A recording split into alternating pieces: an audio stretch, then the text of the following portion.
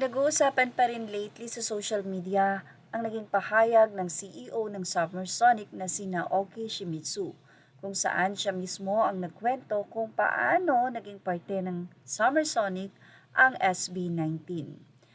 Sa isang interview doon na naikwento ng CEO ng Summer Sonic kung paano nga ba naging parte ang SB19 ng Summer Sonic na magaganap sa Japan and sa Tokyo at Osaka.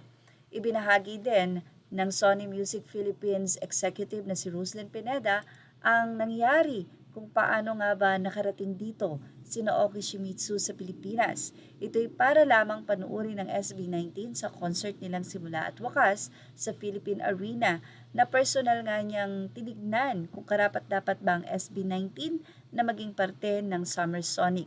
Hindi lang yan, ikinuwento din ni Roslyn Pineda, ang executive ng Sony Philippines, kung paano nag-observe si Naoki Shimizu sa nasabi nga pong event.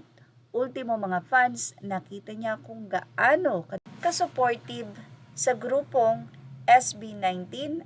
Ang tinatawag na fans ng SB19 ang isa itong act of humbleness. Wala talagang sinabi ang SB19, pero mismong ang Summer Sonic CEO na nga ang naglahad nito or siya na nga ang nagbulgar sa social media. Mula sa mga fans, sinabi nilang kayo talaga SB19 kung hindi lang umawit si Ginoong SS CEO sa panayam sa kanya, hindi namin malalaman yung kwento kung paano yung pagtagos nyo sa mundo ng SS.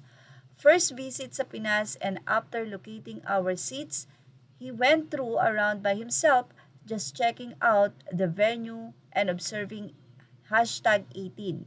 Imagine my surprise when I found out milestone birthday weekend pala yun. Buti na lang, mabilis gumalaw ang Sony Music team at mababait talaga ang SB.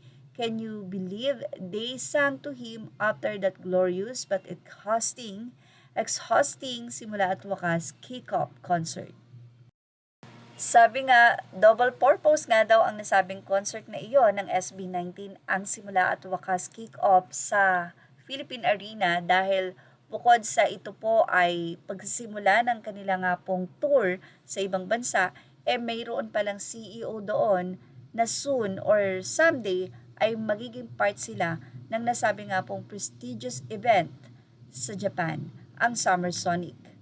At yan ang ating showbiz top update. Images are all credit to the rightful owners. Thank you for watching. Please like, share, and subscribe.